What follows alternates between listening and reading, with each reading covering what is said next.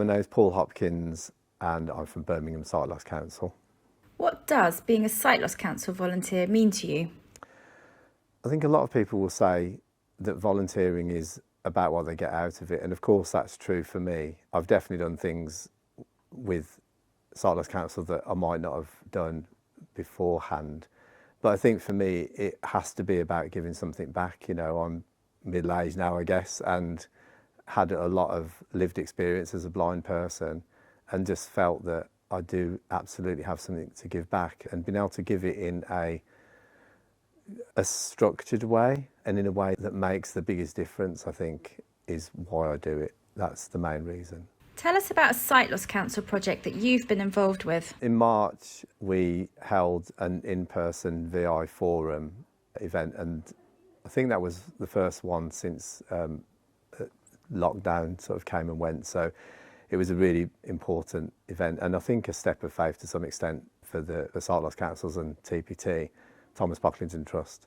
because, you know, online is relatively easy, but actually hiring a conference room, a football stadium, and inviting people, and people that would not necessarily be associated with the Sight Loss Councils as well, was really good.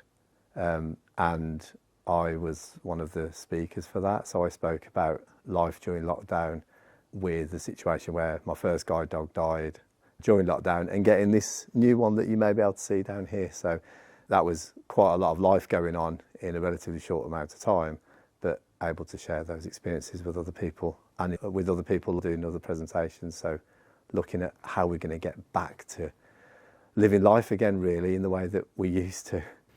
Why should other blind and partially sighted people join us? If you want to give something back, if you feel that you've lived some life and you've got something to offer, then absolutely do it. I would say swallow your confidence and any sense of sort of nervousness and make the application, and you will really benefit from just that process alone, because people were so good, even from start to where we are now. You know, it's consistent, so you will get heard.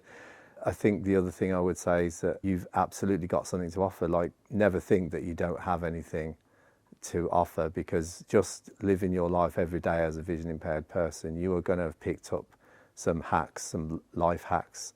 You'll have experiences that will really benefit someone else somewhere along the line. And given that there's 2 million blind people in the UK and counting, it's almost guaranteed that whatever you bring will affect quite a lot of people. So do it.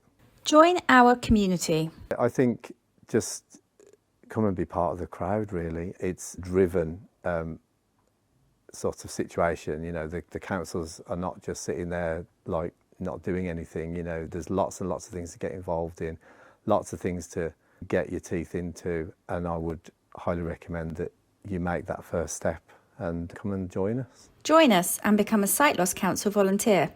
To find out more, visit sightlosscouncils.org.uk/join-us.